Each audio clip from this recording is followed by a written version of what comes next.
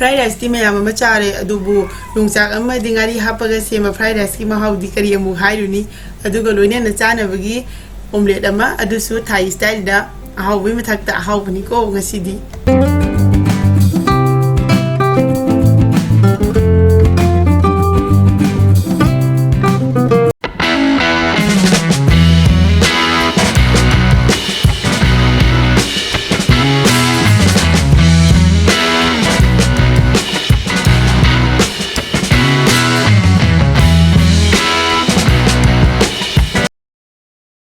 खुरमजरी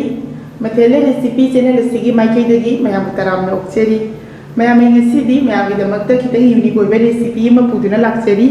अदुदि इचम चमना हाइरबदा चाक अंगौबनी चाक अंगौबा सिदा तोंगानबा महाउ अमा लाक्नबगी दमक्ता अइना सिदा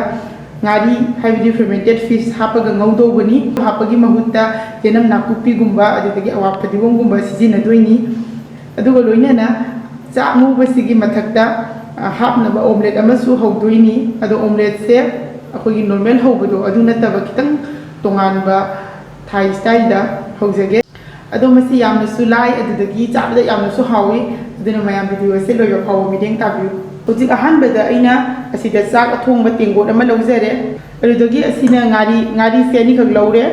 adudagi asina chanam se maku khoktok lo matungda akuk kupna soibire adudagi asida yongchak maru khara so haptoini chak ngwa sida adudagi sina yenam nakupi awa phatigo asida jenam napakpi khara leijare adudagi morok se ani khak laure asina chak ngwa da haptoini aduga loina na omelette haunabagi da makta ina sida jerum ohum khak laujare jerum ohum khak laure adudagi sida morok angang se ohum khak laubire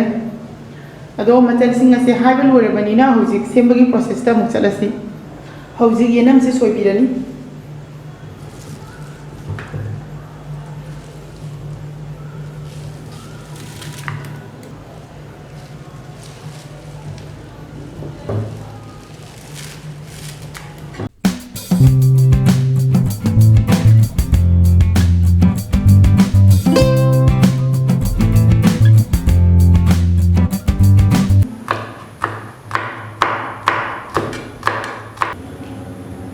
soibirani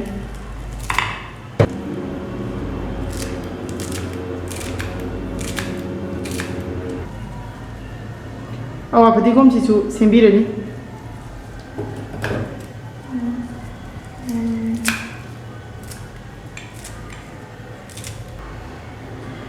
hojik asi ngari se phajana chamthokpirani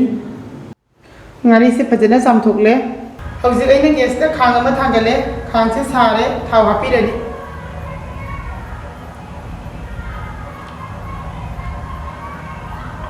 hojik ahanbada jenam se hapirani morok asoibado asisu hapirani ado mayamna morok se hapiraga yani haptaga yani masi optional ni hojik asida sanam asoibado hapirani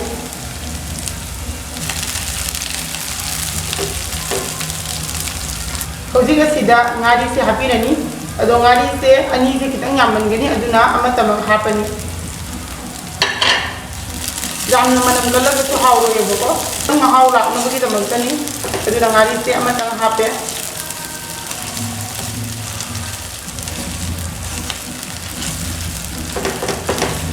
ngari se sumna takhai hojik asida dongchak se hapirani hojik chak hapirani chak se hapa matungda phajana opirani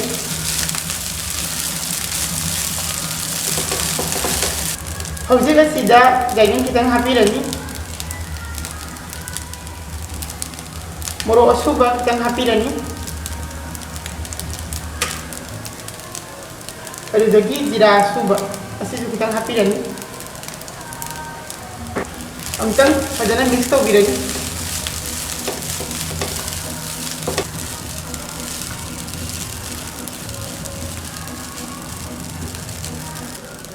hojik asida thum kitang hapirani phajana mix tawbirani hojik chak ngauba se loire mai se thingjanbirani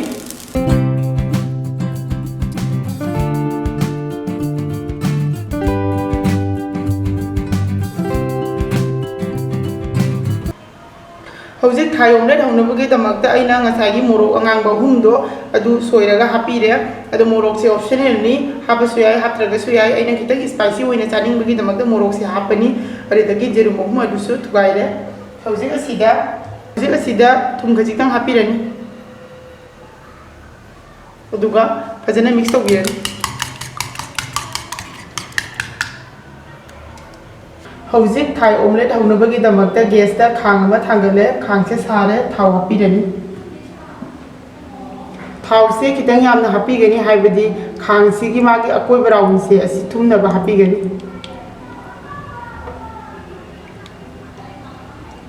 ꯍꯥꯏꯗꯤ ꯑꯣꯝꯂꯦꯠꯁꯦ ꯊꯥꯎꯁꯤꯗ ꯇꯥꯎꯗꯣꯔꯤꯕꯅꯤ ꯑꯗꯨꯅ ꯊꯥꯎꯁꯦ ꯍꯥꯟꯅ ꯐꯖꯅ ꯁꯥꯍꯟꯒꯅꯤ ꯍꯧꯖꯤꯛ ꯊꯥꯎꯁꯦ ꯐꯖꯅ ꯁꯥꯔꯦ ꯃꯩꯁꯦ ꯂꯣ ꯐ꯭ꯂꯦꯝꯗ ꯊꯝꯕꯤꯒꯅꯤ ꯊꯝꯂꯕ ꯃꯇꯨꯡꯗ ꯉꯁꯥꯏꯒꯤ ꯖꯦꯔꯨꯝ ꯑꯅꯩꯕꯗꯣ ꯑꯁꯤ ꯈꯤꯇꯪ ꯋꯥꯡꯅ ꯊꯥꯡꯒꯠꯂꯒ ꯍꯩꯖꯤꯟꯕꯤꯔꯅꯤ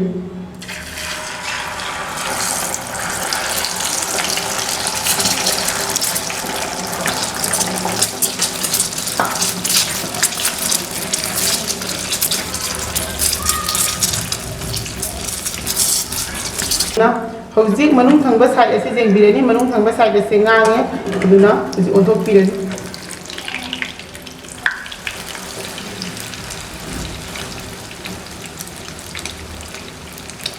ꯅꯣꯔꯃꯦꯜ ꯑꯣꯝꯂꯦꯠꯀ ꯑꯁꯤꯒ ꯈꯦꯠꯅꯕ ꯍꯥꯏꯕꯕꯨ ꯁꯤꯅ ꯊꯥꯎꯁꯤ ꯈꯤꯇꯪ ꯌꯥꯝꯅ ꯍꯥꯞꯄꯒ ꯊꯥꯎꯁꯤꯗ ꯇꯥꯎꯗꯧꯕꯅꯤ ꯉꯁꯤꯒꯤ ꯊꯥꯏ ꯑꯣꯝꯂꯦꯠ ꯑꯁꯤ ꯔꯦꯗꯤ ꯑꯣꯏꯔꯦ ꯑꯗꯨꯅ ꯍꯧꯖꯤꯛ ꯃꯩꯁꯦ ꯊꯤꯡꯖꯤꯟꯕꯤꯔꯅꯤ ꯍꯧꯖꯤꯛ ꯑꯁꯤꯗ ꯉꯁꯥꯏ ꯁꯣꯏꯈꯤꯕ ꯑꯋꯥ ꯐꯗꯤꯒꯣꯝ ꯑꯃꯗꯤ ꯅꯄꯥꯛꯄꯤꯗꯣ ꯑꯁꯤ ꯍꯥꯞꯆꯤꯟꯕꯤꯔꯅꯤ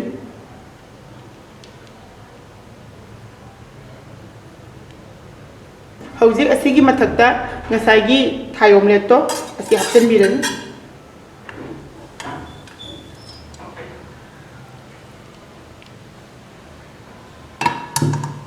ꯍꯧꯖꯤꯛ ꯑꯣꯝꯂꯦꯠꯁꯦ ꯍꯥꯞꯆꯜꯂꯦ ꯑꯣꯝꯂꯦꯠꯁꯤꯒꯤ ꯃꯊꯛꯇ ꯑꯃꯨꯛ ꯑꯋꯥ ꯐꯗꯤꯒꯣꯝꯒ ꯅꯄꯥꯛꯄꯤꯒꯗꯣ ꯑꯃꯨꯛ ꯆꯥꯏꯁꯤꯟꯕꯤꯔꯅꯤ